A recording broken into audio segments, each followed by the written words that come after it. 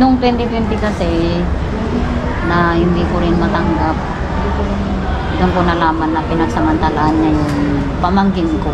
Kasi ginawa din niya sa, sa anak niya. Mismong anak niya, sa anak namin. Final call for boarding. Final call for boarding for the last remaining passengers.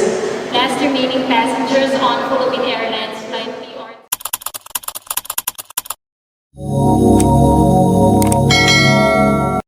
Ilang taon ka na dito, ma'am? Mag Nagtatrabaho? 6 years na. 6 years na. So dito naman sa sa Macau, anong mga nakikita mo kakaiba sa mga kababayan natin dito? Hindi ka nice. Mga hindi ko naman ginajudge lahat kasi bawat sa atin may kwento. May mga may mga kabit-kabit, ganun. Pero wala akong pakialam sa buhay nila. Wala namang ambag sa buhay ko yun eh. Pero hindi ako nag-judge kasi naranasan ko din na magkaroon ng ng karelasyon dito nung simula nung nangyari sa ex ko yun. Naghanap ako ng halinga na makakaintindi sa akin. Tapos nagkaroon naman ako pero para sa akin wala namang forever. Sa totoo lang walang forever sa mga. Lalo na pag alam mo yung naging karelasyon mo yung may asawa, kailangan mo kailangan mong itimbangin yung yung nararamdaman mo. Balikan natin yung nangyari sa baby mo. Para sa akin, hindi ka tanggap-tanggap yun. Oo, Masakit masakit. talaga. Nung umuwi ako, talagang umiyak talaga ako. Pero hindi ko pinapaksa. Yung yung inano ko lang ng pag-i-exercise doon sa Pinas. Pero sa totoo lang, tinatanong ko din sa sarili ko bakit nangyari sa akin to. Kaya yung mga nagsasabi na ikaw ang gumagawa ng kapalaran mo, hindi rin yun. Kasi kahit gawin mo yung kapalaran mo na maging maganda, kung yung naman yung nasa paligid mo ginawan ka ng hindi rin ako na na ikaw ang gagawa ng kapalaran. Mabait din nangyari sa buhay mo. Pero bilib ako kasi napaka-strong. Dahil din sa sa faith ko sa Panginoon. Yun ang the best. Kaya Praise the Lord. opo. Sa totoo lang hindi talaga ako nagsisimba. Pero yung faith ko kay God, doon lagi akong nagdadasal sa Kanya na lagi akong araw-araw, gabi-gabi akong nagdadasal sa Kanya na sana kung pagsubok lamang ito, sana bigyan mo ako ng wag mo akong pabayaan. Sana makayanan ko pa yung nangyari sa akin para sa anak ko. Pero sa totoo lang kung wala akong anak, kuya, wala na ako dito sa mundo. Kaya mga nadidepress, yung mga mga nagsasabi na ganito, ganyan, hindi nila alam wala sila sa sitwasyon. Kaya dapat wag kang mag-judge sa isang tao kung hindi mo naman naranasan. Dapat intindihin mo na lang. Dapat intindihin mo. Kung wala ka namang magandang sasabihin, wag ka nang magsalita. Wag ka na lang mag-comment. Kasi hindi mo alam kung ano yung naging epekto sa isang tao yung mga nangyari sa buhay niya. Balik tayo sa baby mo. Kamusta na nga talaga ang kalagayan mo? Yung anak ko kasi may may epekto sa mental age niya yung nangyari. Kasi Ilang taon na siya ngayon? 8 years po. 8 years. Pero yung mental, isip niya? yung isip niya 4 years 4 old. years old lang. Ayon sa psychologist. Oo. Sa psychological evaluation niya. Kasi naapektuhan kaya kailangan mong kausapin na parang baby. Nag-aaral ba siya ngayon? Opo, nag-aaral. Nag-aaral siya. Grade 2? Grade 1? Grade 3. Grade 3 na? Mag-grade 3 na. Mag-grade 3 na, mag-grade 3 na. Ilang taon na lang, nagdalagitan na. Dalaga na rin siya. 8 years old na siya ngayon. Kamusta naman siya ngayon? Okay naman po, kaya lang meron din yung time na naaalala niyo yung ginagawa ng ama niya. Oo. Kasi kailangan na siya ipa-therapy, kaya lang sabi kasi ng attorney sa akin, kung ipapa-therapy mo kasi na habang umuusad yung kaso, siya parang magko-conflict. Oo, kasi Oo. baka magbago yung... Oo, yung ano niya, kaya sabi ko, huwag ko munang ipa-therapy. Tapusin ko muna yung kaso. Sana nga makuha, yung hustisya lang talaga ang gusto kong makuha. Kasi sa side niya, sa side ng ama niya, hindi sila naniniwala na ginawa ng ama niya ng ganun. Kasi daw, pag kinukuha ng ama niya, masaya naman sila. Kaya sabi ko sa tita niya, hindi mo naman masasabi na ano, hindi nyo naman nakikita 24 hours yung mag-ama. Sabi ko, ipaglalaban ko ito. Sabi ko. Ano ang ma-advise mo or masasabi mo sa mga kababayan natin na may plano pumunta sa ibang bansa, na may mga pamilya na maiiwan sa Pilipinas? Anong ma-advise mo sa kanila? Para sa akin po, kung buo kayong pamilya, kung nakakaya nyo namang kumain ng 3 araw sa Pinas, huwag na kayong mag-abroad. Kasi sa totoo lang, masisira at masisira yung pamilya nyo. Kahit sabihin mo depende sa isang tao, para sa akin, 90%, marami nang nasira ang pag-a-abroad. Tapos para sa akin, huwag niyong pagkatiwala yung anak nyo kahit kapatid nyo, lalaki man babae. Huwag niyong pagkatiwala yung anak nyo. Dapat ipagkatiwala nyo sa tao talaga na maaasahan nyo. Sa lola. Sa lola. Saka mas sa mga babae, mas maganda pa pag alagaan nila yung anak nila. Yung anak mo sa mga babae, wag sa mga lalaki. Kasi mahirap, hindi mo alam kung ano yung mangyayari.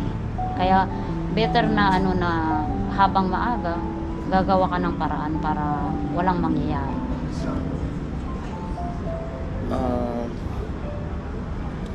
Balik tayo dun sa depression mo, no? Bilib ako sa'yo kasi napaka-strong mo. Opo po. Marami ka ng experience na gusto magpakamatay pero natakasan mo lahat yun. Opo. Paano mo, anong way o anong paraan ang ginawa mo sa sarili mo para maiwasan mo? Dasal lang kuya, sa totoo lang. Dasal lang yung ginawa ko na ano. Yung kinapitan ko talaga, itong dagok na nangyari sa buhay ko. Dasal lang ang kinapitan ko. Si Lord lang talaga ang kinapitan ko. Kaya dapat yung mga nagkakaroon ng mga matinding pagsubok, huwag natin kalimutang magdasal. Kasi napaka-epektibo yung dasal. Pinapakinggan tayo ng Lord. Akala nyo lang siguro hindi tayo pinapakinggan, pero pinapakinggan tayo. Kasi hindi ka naman pababayaan ng ng Diyos sa kahit anong pagsubok na mangyayari sa buhay mo. Pero pag wala kang faith, wala, kawawa ka. Ano pa ang mai-advise mo sa mga taong may depresyon? Sa mga taong may depression, kailangan mo din na ilabas yung problema mo. Huwag mong kimkimin. Kasi ikaw din yung kawawa. Sabihin mo sa mga Kaibigan, taong malapit. malapit sa iyo. Pero para sa akin tong nangyari sa akin. Matindi yun sa'yo. Dasal lang yung ginawa ko. Baka yung mga sakit nga nararamdaman ko, sinasabi ko sa Panginoon, nagdadasal ako. Lagi sa kanya na bakit ganito ang nangyari sa buhay ko, pero siguro may plano ka din. Ganyan yung ano. Naiyak na rin ako, kuya. Putik naman itong interview mo na to. Diyos ko. Pero Sige yung sa totoo lang, yung hatred ko sa ex ko, pinagdarasal ko din na someday matanggal din. Siguro pag nanalo na ako sa kaso, kuya.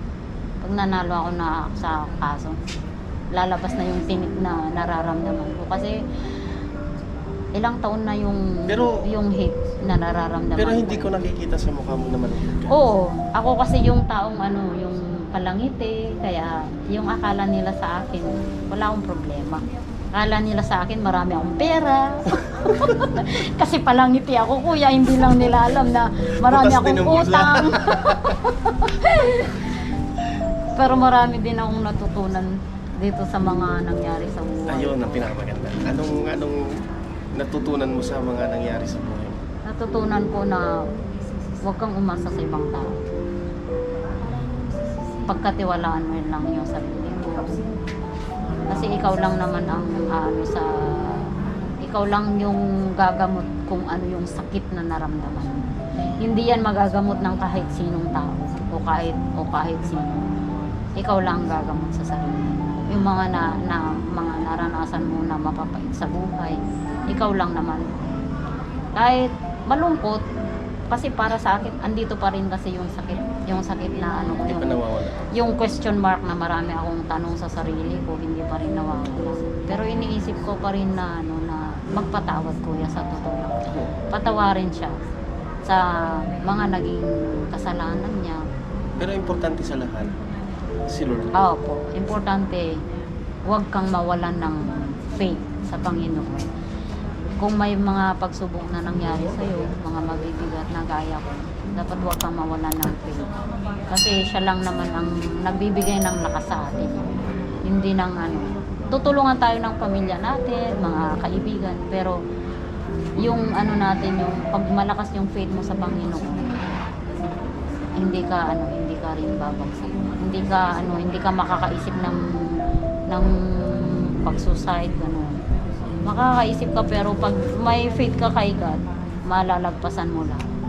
Malalagpasan mo lahat Amen. mga pagsubok na dumaan sa iyo. Nagpapasalamat din ako kuya sa mga sa mga kapatid ko, sa mga kaibigan ko, yung mga close friend ko. Itong nangyari sa buhay ko kuya, doon ko nakita kung sino yung totoong kaibigan. Totoong mga nagmamahal sa akin. Kasi hindi ako pinabayaan. Hindi sa financial, pero sa suporta sa iyo. Doon mo na Moral support. Oo, doon mo na na mahal ka nila. Lagi kang inaano kung nasaan ka na, kung anong nangyari sa iyo. Ganun. So, be strong. Always be strong. Kailangan mo maging strong, lalo na pag may anak ka. Oo. Believe kay Lord. Huwag kang mawalan ng pag-asa. Kasi iniisip ko rin minsan kuya, itong nangyari sa buhay ko, masakit. Ang hirap, pero pag nakakapanood ako ng mas malala sa akin, yung mga may kapansanan. Sabi ko, yung mga may kapansanan nga, nakaya nila, ako pa kaya. Yun ang isang nagpapa-strong sa akin, kuya, sa totoo lang. Yung mga napapanood ko na mga ganyan na walang kamay, pero nakakaya nilang mabuhay. Ganun. Yung mga baby na lumalaban, yung mga na may mga sakit, mga cancer patient, yun ang nagpapatatag din sa akin. Sabi ko nga, yung problema mo, wala pa lang sa mga naging problema ng mga ibang tao na napapanood ko sa doon ako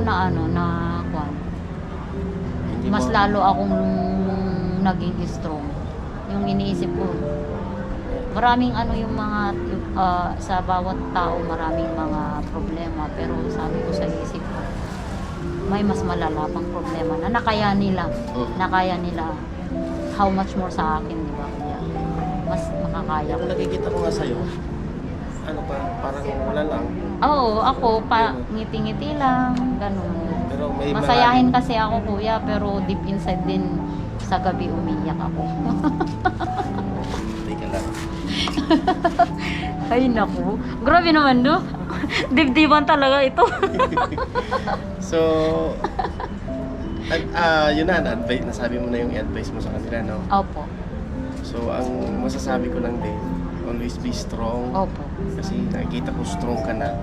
Pagpatuloy mo lang. At saka, ang unang-una si Lord. Opo. Yun lang ang sandalan natin. Siya lang ang the best na mapagkakatiwalaan natin sa lahat. Natutulong sa atin sa lahat ng pagsubok na darating sa buhay natin. Si Lord lang talaga. Kaya naniniwala ako na kahit hindi ka man nagsisimba, at least may pananalig ka kay Lord. Amen.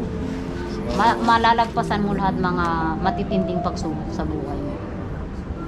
So, dito na tayo magtatapos. Opo. Maraming salamat sa panayam, sa pagkwento mo sa buhay mo na hindi kita pinilit. Opo. Kininto mo lang. Tapos, maraming salamat sa pagpa-unlock. And good luck, ate. Salamat din God po. bless you. And be strong. Always Opo. be strong. At ang pananalig kay Lord. Opo. Okay, thank you so much. Salamat.